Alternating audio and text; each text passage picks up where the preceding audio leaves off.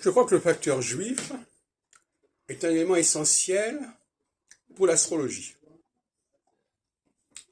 Je ne dis pas le seul, mais au niveau de ce que j'appelle la dialectique équinoxiale solsticiale, le traitement de la question juive est tout à fait symptomatique d'un passage d'une phase à l'autre, dans un sens ou dans l'autre. Alors, tout à l'heure, je faisais la publicité pour les grandes éphémérides, publiées chez Daniel, mais nous avons un ouvrage qui est tout à fait sympathique aussi, qui est The 200 Year Ephemeris. C'est pas mal non plus, que je vous conseille. Je sais pas si on le trouve encore Enfin, le truc chez Daniel, on peut encore le trouver.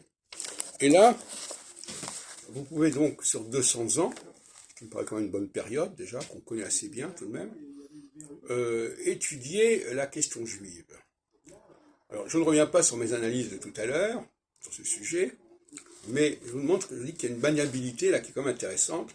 Si on prend par exemple l'affaire Dreyfus, on s'aperçoit que cette émergence du problème juif à ce moment-là était prévisible, puisque en 1893,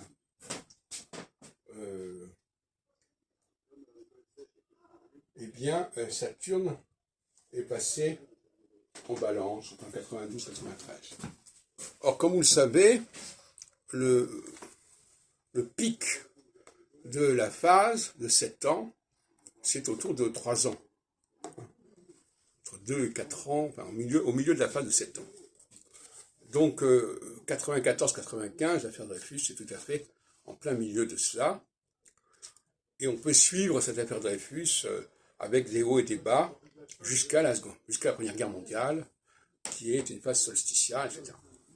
Et donc, je donne simplement cet exemple pour montrer que on peut étudier la Shoah, on peut étudier l'affaire Dreyfus, on peut étudier la question israélienne en 67 avec les déclarations un peu particulières de De Gaulle sur le peuple juif, etc.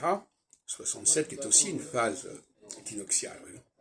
Donc il faut s'attendre en phase équinoxiale à ce que la question juive ne soit plus un tabou et que les clivages, la perception d'une spécificité juive ne soit plus un tabou. Mais c'est pas forcément négatif.